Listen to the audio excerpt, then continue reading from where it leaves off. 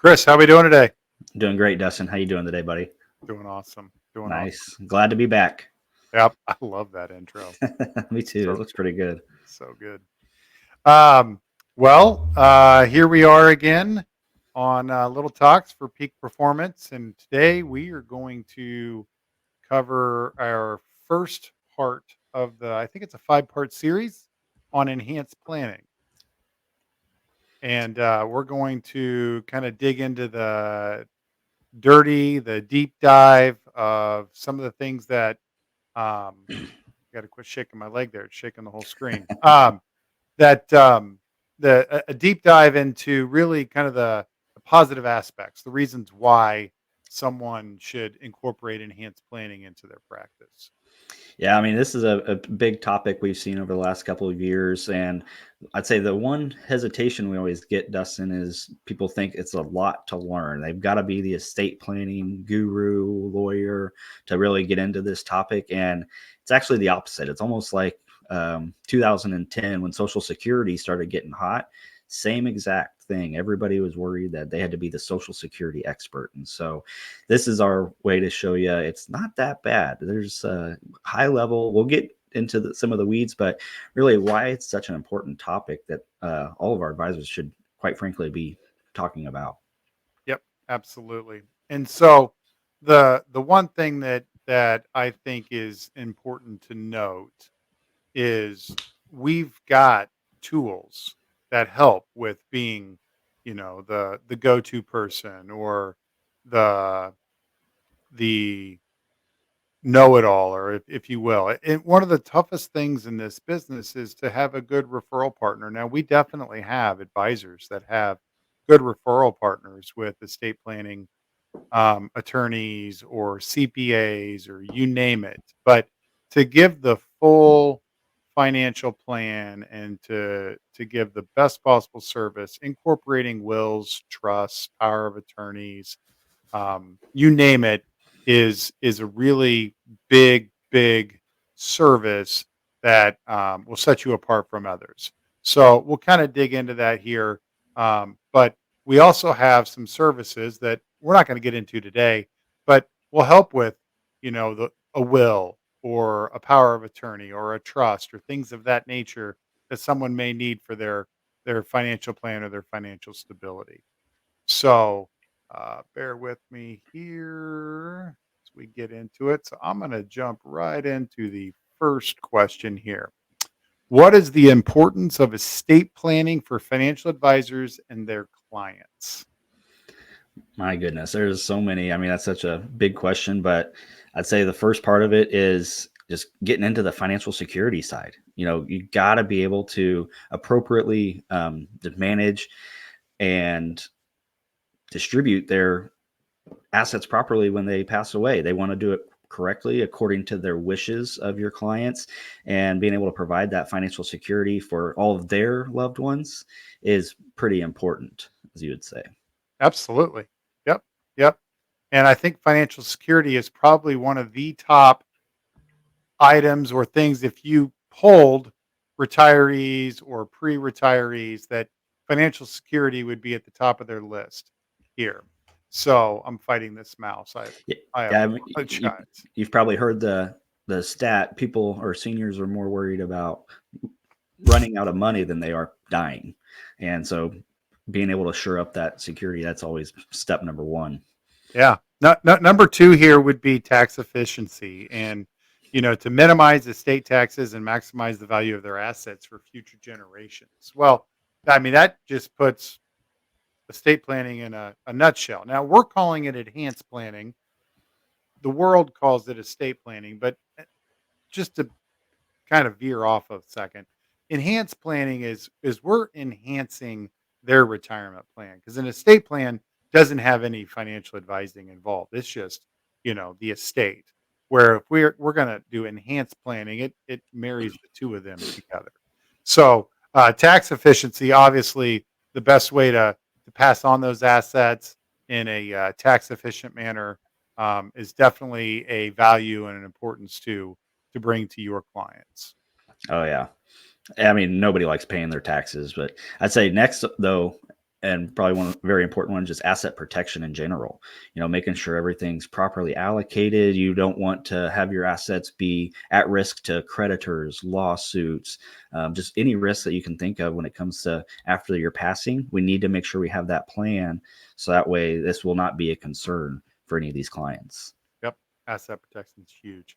And then that ties right into family harmony and what do you want your um tombstone to look like, or what do you want your family to think? And I don't have the stat here, maybe you remember it, but there is a high percentage of individuals that cause family turmoil after somebody passes away with a decent sized estate. And then somebody feels like they didn't get their fair share, or they feel like, it could have been done differently. And in doing that, um, it's it's great to have it all planned out before.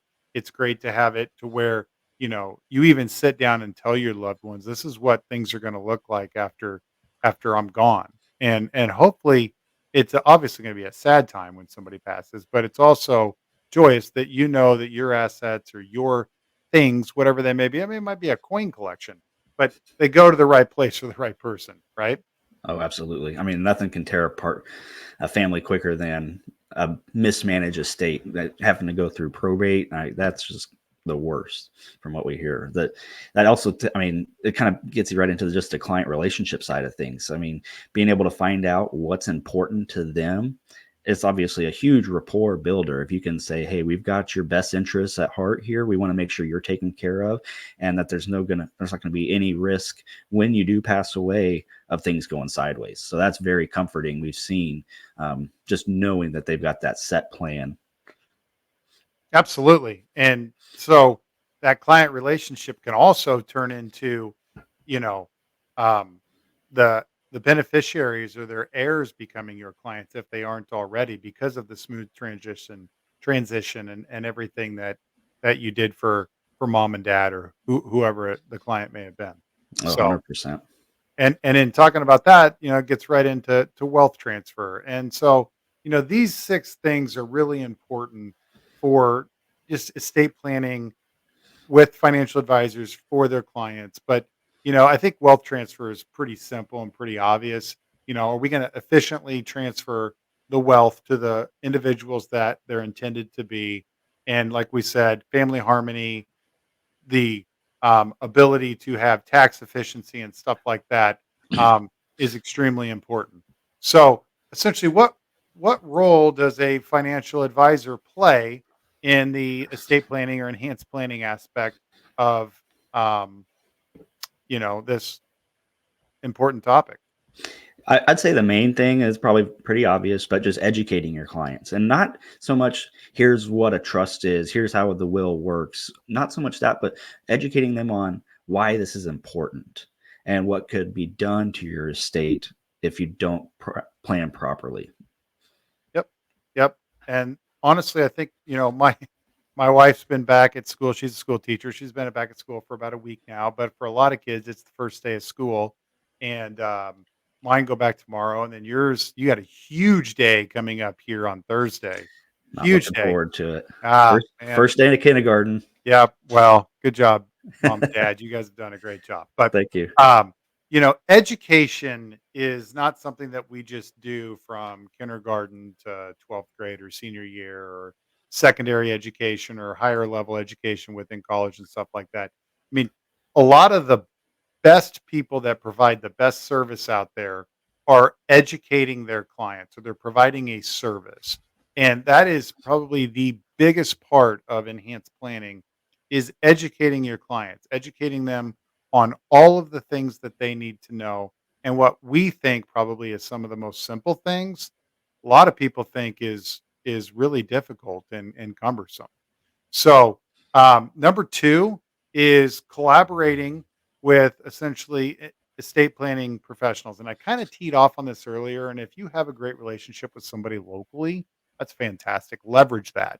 They, if you did workshops or you do some kind of seminars, or you can collaborate together and do those in unison, and it can be beneficial for both. But we have many financial advisors out there that have not had kind of the two-way street referrals, or, they do all the financial planning, they send them over to an estate planning attorney, and they almost, for a lack of better words, undo some of the things that the financial advisor did.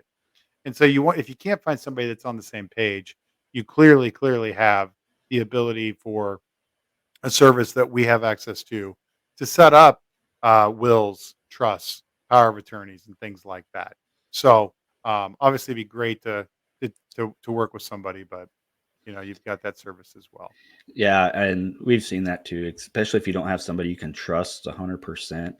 You're at risk of just not looking like the quarterback. You want to be the quarterback of this entire planning process, and you do not want to hand it off. You want some to help, and you want some experts to be able to do some of that service work. But this is your baby, so to speak, and we don't want you to lose that by bringing someone in that you just don't have all the faith with. But so, and another one though, I said, and this goes into kind of our next point, is just assessing the client needs. I mean, that's one of the biggest things, as I mentioned, that fact finding process and appointment is one of the biggest ones. That's where you get all of your, I just say, rapport built. You find out what their likes or dislikes are, because I don't know about you, but I'd say most people out there, their family is one of the most important things to them. But you got to really dive in and see, what about the family? Which kid do you like the most? What lake house do you want the kid to pass on to? So really digging in and finding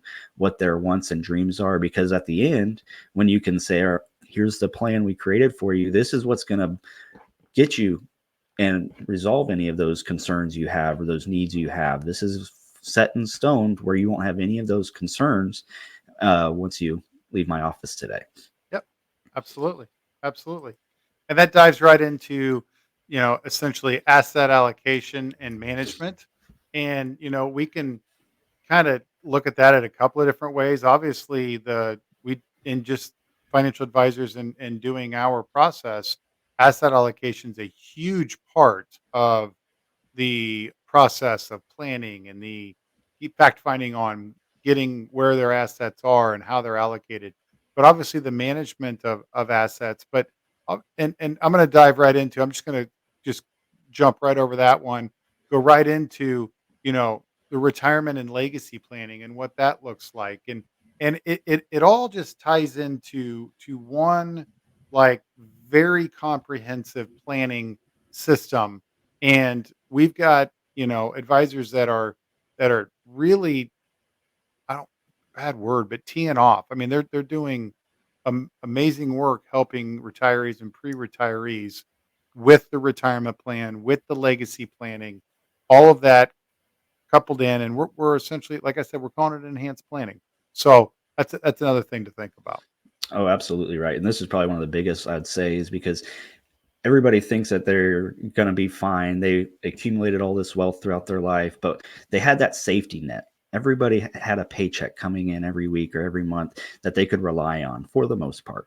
And so accumulating your wealth was the easy thing. You'd give it to the broker dealer, the big box chain names down the street, and you put it into the mutual funds, and everything was growing nice and smooth. You had that paycheck you could rely on if something did dip in the market. But now you're in a whole different ball game. You're now using all of that wealth you created to fund your retirement. You don't have that monthly paycheck you can rely on every single week or month. You've got to make sure your plan is set up accordingly to address your needs, your concerns, to make sure you don't run out of money. And I think I've mentioned this on previous podcasts, but running out of money isn't your account value going to zero. It's when you have to cut back on vacations. I'm not going to go out to dinner tonight because your money is starting to dwindle down. You're worried that you're not going to have enough money. That's running out of money. And so if we can make sure we have a plan in place that's set in stone, that no matter what happens out there, your retirement is taken care of, because as we said earlier, the number one concern these seniors have is running out of money. And so if you can show them a plan, and it doesn't matter the product you're selling them, but if you can show them the plan to get them through retirement and take care of their nest egg upon passing, it's a home run right there. Yep, absolutely, absolutely. And then we're going to get into reviewing and updating plans. Now, it sounds like Maybe annual reviews ought to be something that people do each and every year. But people's situations change from month to month, especially year to year, and every 5 years to every decade. And so what you want to ensure is that, they remain aligned with not only financial changing circumstances, but tax laws, personal preferences. Maybe they inherited some money that they didn't have when they originally started this process. Um, I know we keep going off on tangents, but we keep talking about it. But the Tax Cuts and Jobs Act is expiring 2025. So if we did planning back in 18 or 19 or whenever that went into to to um to law, that policy, things may have changed in planning, and we want to definitely revisit that. And that could, whatever happens in November, that could completely change what it looks like, whether it expires or it changes or it's, you know, enhanced or whatever. I mean, and just because somebody says it's enhanced doesn't mean it's enhanced. But as it, I'm kind of getting off on a topic there, but reviewing plans and updating and making sure that you're staying on top of things is a huge part of this program. Absolutely. And then I'd say this is that's one of the more under the radar. People don't think about a ton, and I'm guilty of it. But just facilitating your beneficiary designations, making sure those are always accurate. It takes no time at all, but something to do upon annual reviews is just make sure beneficiaries are all accurate. Hey, Mr. and Mrs. Jones, are these still the names you like on this policy? Perfect. We can move on. But it's just a reminder because, like you just said, if something happens, let's say you have beneficiaries down, one of them passed away. Okay, we probably should fix that or take care of this. So it's just another little step to, let's say, credibility builder almost, to make sure you're covering all of your bases when talking to these clients and adjusting their plans accordingly. Yep. Another side note. So, uh, you and I helped an individual fairly close to my heart, um, with some safe money here last winter, and we thought we had all the beneficiaries all figured out and all of that stuff. And I went back to review that information with said individual, and they were extremely knowledgeable between per capita and per stirpes. And what we have found is if you don't actively write per stirpes on the application, then more than likely your beneficiaries are set up, your client's beneficiaries are set up per capita. And I don't know that most people want it that way. And in doing that little venture, we did a beneficiary change form, sent it in, kept the contingent, the primary beneficiaries the exact same, but then we added per stirpes. Then that insurance carrier then sent back another form saying, "Okay, you've requested per stirpes. We need you to sign our per stirpes designation form to ensure that's exactly what you want." And it was laborious, but I mean, that's something that a lot of people are not familiar with. You want to elaborate on that and tell them the difference between per stirpes and per capita? Yeah. So, um, my sister and I are, you know, two from essentially our parents. Our parents had two children. So you've got myself and you've got Melinda. And Melinda has two children, and I have two children. In the horrific situation in where myself or my sister would pass away before one of our parents did. Now, my parents no longer live together, so they're kind of separate estates. But be it as it may. So let's say we pass away before one of our parents do, or both of our parents. Then, if let's say that was me, let's say I, got crushed by a barbell at the gym in the morning, and I'm done. You know, weird, I know. And so, um, then in a per capita situation, what my family was going to get 50% of the estate from one of my parents or their insurance policy or whatever it would be, now turns into 100% going to my sister, and now my children are disinherited. Per stirpes means that it would drop down to my kids, and each one of my kids would get 25, and my sister would still get 50% on the per stir piece. Nice. So Yep. we could probably have an entire podcast on annual reviews, beneficiaries, and stuff of that nature. And I know people talk about that a lot, but I think what's most important about our little sidewinder here is that if even if you think you're doing per stirpies with the app on a lot of these insurance products, you're not. And that part just goes right back into the educating. I guarantee the majority of your clients out there and prospects don't know the difference between those two. And I bet just a quick little education about it would have an impact on how they set up their beneficiary designations. Yep. Yep. All right, we're gonna get into our last little subheading here, and we're gonna kind of tie this thing together. But for today, so um, what is the importance of estate planning for financial security? And that's really the number one question we've had today. Is you know you, the financial advisor, financial service professional, are out there, and you're not only providing planning, but you're hopefully providing financial security in retirement. And so we're going to go through a couple of review items here. We're going to see some items that we already talked about, but this is the cherry on top of the enhanced planning process and incorporating it in. So the first one, I'm going to jump right on it, Chris, is estate asset protection, and how you protect those assets. And it doesn't necessarily mean that you're putting them in green money or yellow money or whatever that is, but making sure that it avoids probate, and make sure that it's set up right, and make sure that it's going through the right channels and the beneficiaries are correct. And asset protection is just protecting your assets from those that might want to get a piece of it, and making sure it goes to the right person, which dives right into essentially wealth preservation. Oh yeah, absolutely. And you hear, so I'm a big sports fan, as you all know. You see a lot of these guys sign massive, massive contracts, and that's what their big thing about this is. Yeah, they're taking care of themselves, but they want their family set up for life. And so if they can't manage and do that properly, they've got all of this money. The last thing you want is to that be squandered upon your passing. Everybody coming out of the woodworks, getting you into probate and knocking down every little piece of what you worked so hard for, that you wanted to go to your family. You had all the right intentions, but didn't plan it properly. And so that big amount of money that you worked your entire life for could be squandered pretty easily if you don't set this up right. 100%. 100%.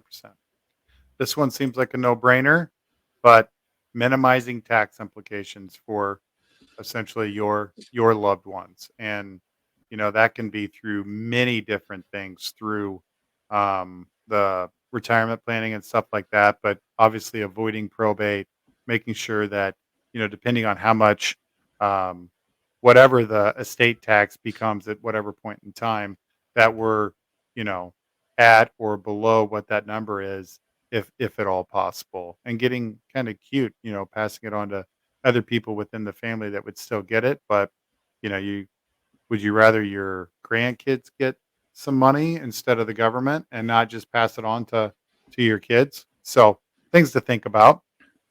Which goes right into the next point, like you're saying, just providing for your loved ones. I mean, you've got two kids. I've got two girls that I love more than anything in this entire world. And my whole goal is, if something happens to me, I want them taken care of. I want my wife being taken care of. I don't want them, I don't want to have that worry about where are they going to get their income from. Are they going to Sure. be able to survive? And that's probably one of my biggest motivators, is making sure my family is taken care of. And you're more speaking of if something would happen between now and when they're able to provide for themselves. But Correct. I mean, grandparents think about that as, well, what's my legacy? How am I going to, enhance the lives of others? And my parents have said that before. My parents have done some pretty good stuff with money and investing in their lives. And I don't think they think that if once they decide that their time on this earth, or somebody else decides this time on the earth is not any longer, but they don't necessarily want you just like for me to retire and not, just completely change my life. They just want to enhance, just make things a little bit easier. And obviously, if you make life easier for your loved ones and your beneficiaries, and, hey, going to think fairly positive of you in the years to come. So here's one that we haven't really talked about, but essentially a lot of people out there have small businesses, and helping plan for that small business and what that looks like and how they can not only continue the business, but one of my very, very good friends in this world, I pretty much see him every morning. They have built a business it's a behemoth. And what what that looks like when that, the essentially the owner of that business passes on, what does that look like tax wise and passing that wealth? And a lot of things are just assets, and their main, and I'm not saying this 'cause I don't know their business that well, but you know is it more of a cash flow thing than it is cash rich, and where are they going to come up with those assets? So those are things that you can help them with, and definitely get into a higher level of that. This next one I actually dealt with about a decade ago, and that is healthcare decisions. And my mom had a procedure, a pretty routine procedure done, and essentially spent the next 6 months in a hospital. And there were times where we thought we might lose her, and it essentially forced her into retirement. And thankfully, she had the ability to do that, but you know we weren't prepared for it. And so, you know, she was still working. It's not like she was retired. So it's a bit different for retirees. But in the fact that as you start to get to my age and the pre-retirees, those are big things to have in place. And we honestly, one of the calls to action to get individuals that if they would come to your enhanced planning workshop is a free financial power of attorney and a health power of attorney. And that, I mean, that's, people need those for sure. Yep. Yep. Something that goes overlooked a lot of times. And this one, the next one's probably more for some of the younger clients, people more my age, where I've got a 5-year-old and a 2-year-old. If something bad happens to me and mom, we're taking a trip here in a month, we go down in an airplane crash, who's going to take care of our girls? What are our plans for them? So making sure you've got all of that set up. And even for your senior clients, for their kids, they have grandkids out there. It might not be something they can facilitate, but that they need to be talking to their kids. Hey, do you have a plan for your kids, my grandparent or my grandkids, if something happens to you guys? So it's just another little thing that the last thing I would want is my kids to spend an hour in a foster home trying to get all this worked out in court, is to have a plan in place for something like that happens. Yep. Yep. So that kind of brings us to the close of really series one or episode one of enhanced planning, and really understanding, the benefits of it. And so what I would say overall with enhanced planning, you know, providing financial security and asset protection and wealth preservation and, you know, um, just the peace of mind that you're going to provide to your clients and their beneficiaries is just a great service, but it's also a way to get great referrals. It's a great way to essentially spend um, a lot of time not only reviewing everything, but making sure that all of the, uh, the clients have a full financial plan, and they have everything ready to go. And annual reviews are a huge part of that as well. Anything you want to add to that? Nope, that was it. I was going to say, you hit it right on the head there. Peace of mind is probably the big thing. And these prospects and clients here, they talk to their neighbors, the other people they're playing golf or pickleball with, and they tell each other about these things. And if somebody has that concern and your client went through a seamless process, it's the easiest referral to get. You should go talk to Dustin Hawks. He made it so easy for me. We knew exactly what's happening. And one thing to kind of, for me to finish up on, we didn't get into anything crazy lawyery jargon talk today. It was all the importance of why this is something to be talking to clients about.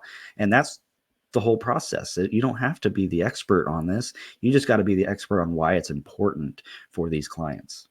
So that brings us to episode or series number 2 in this 5-part series is we'll get into the key components of estate planning. It's going to get a little jargony and talk about some wills and trusts and powers of attorneys and healthcare directives and financial directives and stuff of that nature. So you definitely don't want to miss that.